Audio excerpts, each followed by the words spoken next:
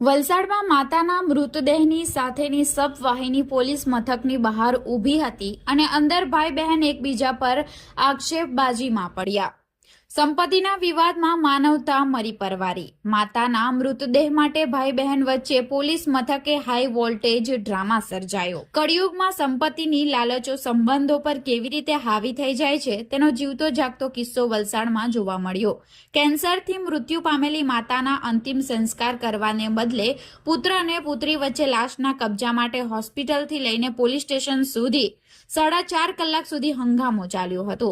વલસાડના વાઘલધરા ગામના જેસિયા ફળિયામાં રહેતા રંજનબેન કમલેશભાઈ પટેલ લાંબા સમયથી બ્રેસ્ટ કેન્સરથી પીડાતા હતા। સારવાર દરમિયાન વલસાડ સિવિલ હોસ્પિટલમાં તેમનું અવસાન થયું હતું। તેમના મૃત્યુ બાદ પુત્ર એલ્વિન કમલેશભાઈ પટેલ અને પુત્રી અવધીબેન પ્રિતેશભાઈ પટેલ વચ્ચે અંતિમ સંસ્કાર ક્યાં કરવા તે મુદ્દે ઉગ્ર બોલાચાલી અને ઝપાઝપી થઈ હતી।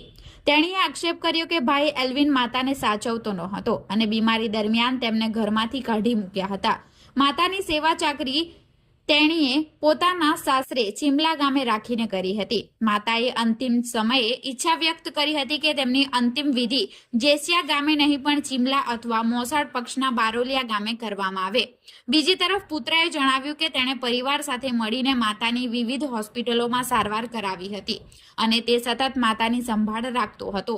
તેણે બહેન પર અંતિમ વિધિ કરવા બાબતે અડચણ ઊભી કરવાનો આક્ષેપ કર્યો હતો।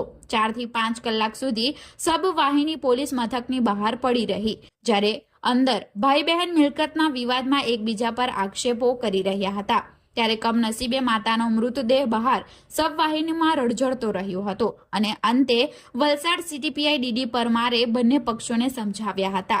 લાંબી સમજાવટ બાદ આખરે એવો નિર્ણય લેવાયો કે રંજનબેનના અંતિમ સંસ્કાર તેમના પિયર પક્ષના ગામ બારોલિયા ખાતે કરવામાં આવશે। પોલીસ બંદોબસ્ત સાથે મૃતદેહને બારોલિયા રવાના કરવામાં આવ્યો હતો। ત્યારે આ હાઈ વોલ્ટેજ ડ્રામાનો અંત આવ્યો હતો।